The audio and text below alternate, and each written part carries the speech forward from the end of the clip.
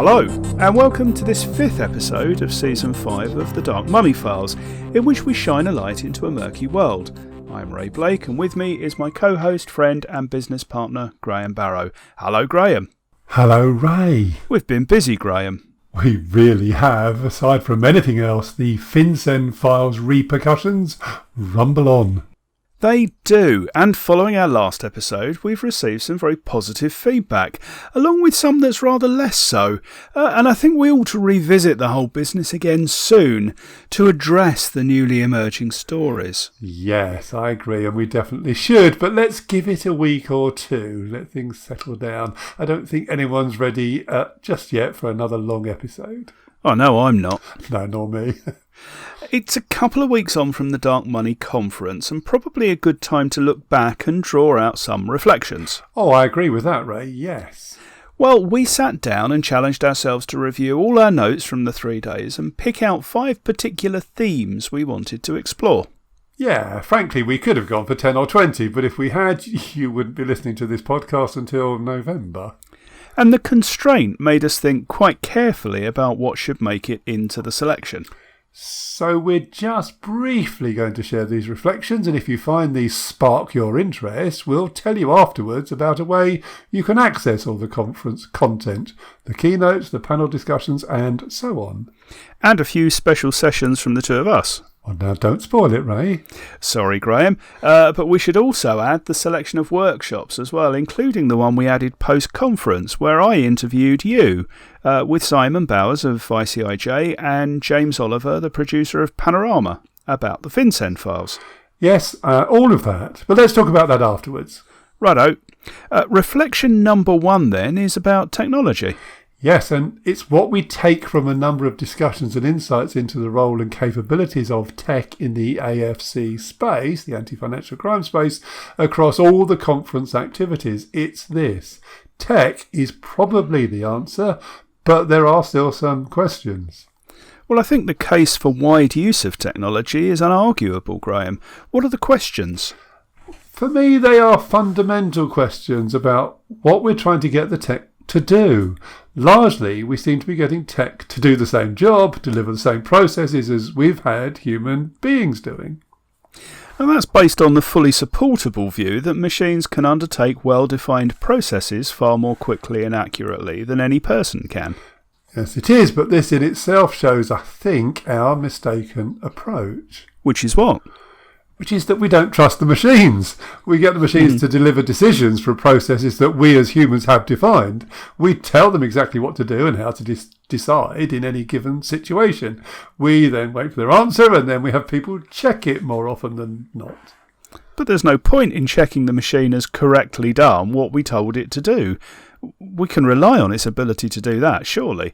What we're really checking when we do this is that we gave it the right instructions in the first place. I agree, right? And while you might do that at the start in your user acceptance testing, it's a complete waste of time in the production environment, and it wastes the time of valuable human resource. People could be doing way more valuable things. Something Matthew Leaney said has stuck with me. It was picked up also in the conference reporting by amlintelligence.com. Matthew said, for technology to work in financial crime, it needs to act as proof of something rather than as suggestion. That's a great sentence, and I couldn't agree more. And Matthew goes on to stress the need for it to have transparency and explicability, and says, quotes, if not, it will be viewed as nothing more than useful when it could change the game. And I think that's something we all need to reflect on. If we're not careful, we end up with lots of shiny tech that just helps us do the wrong things better. So, the second reflection. Well, it's one where I think we already had a view going in, Graham, but everything we heard at the conference strengthens it. It's that financial crime is a global operation that we can't defeat using simply national frameworks. And many of our speakers were very well placed to comment on this. Paul Radu, who's the founder of the Organised Crime and Corruption Reporting Project, for instance, says repeatedly, it takes a network to fight a network. And Oliver Bullough shared some insights from his research for the book Moneyland that underlined the point even further. Yeah, that was the conference opener, so it really set the tone early on. And Oliver came up with that fantastic example of crime opportunity theory in action by relating it to self-scanning services at supermarkets. And for those of you who haven't come across crime opportunity theory before, it's well worth spending a few minutes reading up on it. And if you want to hear Oliver's example, you can find out how at the end of this podcast. Number 3 then, Graham. It's that we need to devote more time, more thinking, more training and discussion to why we do what we do. AML and CTF can become very mechanical operations, can't they? It's very easy to become desensitised, like the person working in finance who gradually stops thinking of £1 million as a large sum of money. That's exactly right, and we spend more and more time thinking about how we do things, which is important. But if we ignore the why, we can't be sure that the how is the right how, if you see what I mean. It was a major theme of the conference, wasn't it? The tension between focus on process and focus on outcome. Yeah, and for me, the conference crystallised my view that what's missing often is devoting enough time and space to properly consider why we are doing what we do, what crimes we are trying to prevent. Our fourth observation is another tech-related one. It's that there is always a role for people, however good the machines become. And speaking as a person, I find that quite reassuring, Ray. Me too. We heard a number of speakers talking quite passionately about this, about how machines plus people are more than the sum of their parts. Yes, if that relationship can be properly harnessed. And as we observed earlier, we're not there yet. What is the role long-term for people, Graham? I think it's that hard to define qualities of intuition, hunch, experience. We know, don't we, from our work with artificial intelligence data scientists, that we will often look at an entity, you or me, or a piece of information, and we'll know immediately that it's worth looking closer or deeper into it. But when they say why, we sometimes find that quite hard to explain. Yeah, but often the challenge is to get through the chaff in order to spend time on those more interesting cases, and that's where the tech can play a role. Or possibly roles. I think there will be tech that can usefully filter out the chaff, but also other systems that can helpfully augment focus entities, which may not entirely replace the investigation, but will be able to do a lot of the heavy lifting, and often in places the investigator finds hard to reach. Like internet sites in non-Western scripts, for example. Exactly right.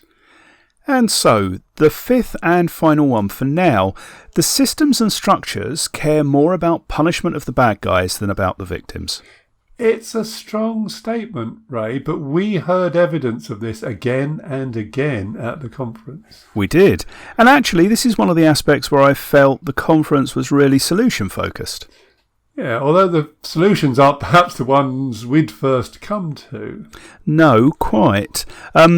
But there was a surprising unanimity between speakers who addressed this, right from the opening piece by Oliver Bullough, right through to the moving final address by Matthew Caruana-Galizia. And it's a very simple idea, and it is to prevent financial crime rather than simply detecting it. But that's what so much of our work and that of our colleagues is about, isn't it?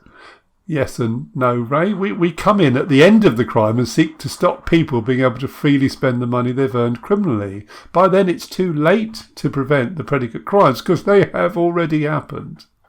But making it harder for criminals to launder the money makes committing the crimes in the first place less attractive, less viable, doesn't it? It definitely does, which is exactly what crime opportunity theory is all about and why it's so important. But crime is so remunerative that it's hard to stop people continually trying to find new ways while we all play whack-a-mole. So what are we saying? If we make it impossible for criminals to conceal their acts, they will more rarely commit them. How can we do that? Transparency, Ray, it's been a hobby horse of ours for ages, but it's good to hear so many experts say the same thing. Open registries makes it impossible for people to conceal their ownership of legal structures. Few criminals will do in broad daylight what they would happily do under the cover of darkness in secret. But, Graham, privacy! It's a trade-off, isn't it, Ray? Kleptocracies cannot exist where there is global transparency, nor can bribery or corruption or human rights abuses and a host of other nastiness. We're not talking about Brian next door being able to see your bank balance. After all, just about proper authorities being able to see who exactly owns corporate and legal structures. Nonetheless, there are huge privacy lobbies who on principle oppose this sort of thing. There are, Ray, but it takes a special kind of empathy deficit, doesn't it, to believe that your ability to conceal and profit from activities you wouldn't want people to know about somehow trumps the need to address the terrible human rights abuses and violations that are happening in the world. We need transparency lobbies who can shout louder. I think we're getting there. Me too, and I can't think of a better note to end on. So, we've skimmed the surface of the conference, but there's so much in there that rewards an hour or two of viewing. Yeah, we recorded everything and we've kept it on the platform. So if you have a conference ticket already, you're able to go back and see the bits you've missed or want to see again for the next 12 months. Until the next conference, in fact. Well, yeah, that's the idea. But if you weren't able to attend the conference, it's not too late. No, yippee! With our partners fscom, we're offering post-conference tickets at a massively reduced rate of £100 plus VAT. You'll get all the conference content, but minus the ability to network and contribute questions for the live sessions, hence the reduction in price over the actual conference tickets. How do people buy tickets then, Ray? We've put a link on the front page of our website, thedarkmoneyfiles.com, which will take you straight to the booking form. And by doing so, you'll be making a direct contribution to the fight against financial crime. For every ticket that's bought, we will be donating £25 to the Daphne Caruana Galizia Foundation.